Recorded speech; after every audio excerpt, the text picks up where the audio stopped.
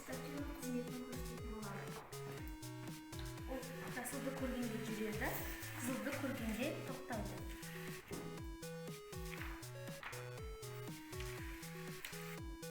Қара сызық бойымен жүретін роботқа келсек, ол осы қара сызық бойымен ауытқымай жүретін болады.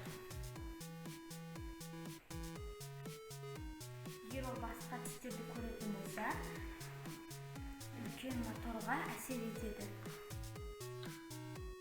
Ал түсіріп таушы роботына келетін болсақ, бұл жақта үлкен мотор.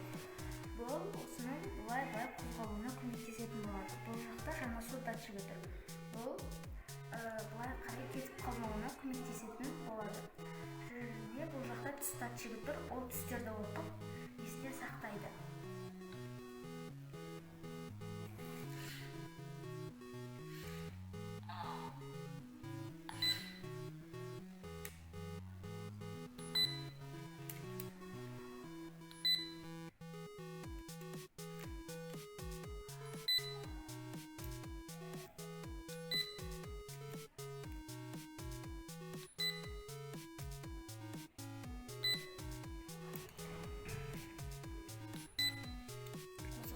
Арқылы осы ыдыстарға түстерді салатын болады.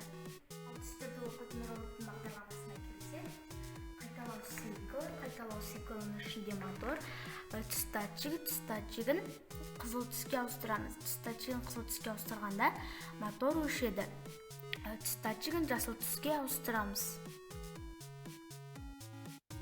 Қара сызық бойымен жүретін роботтың бағдарламасына келсек, қайталау циклінің үстіне түс датчигі және айналуын 30 және -30-ға қоямыз және қуатын төменірек қоямыз. Ал түсіріп таушы роботтың бағдарламасына келсек, қайталау циклінің ішіне көптеген мотор және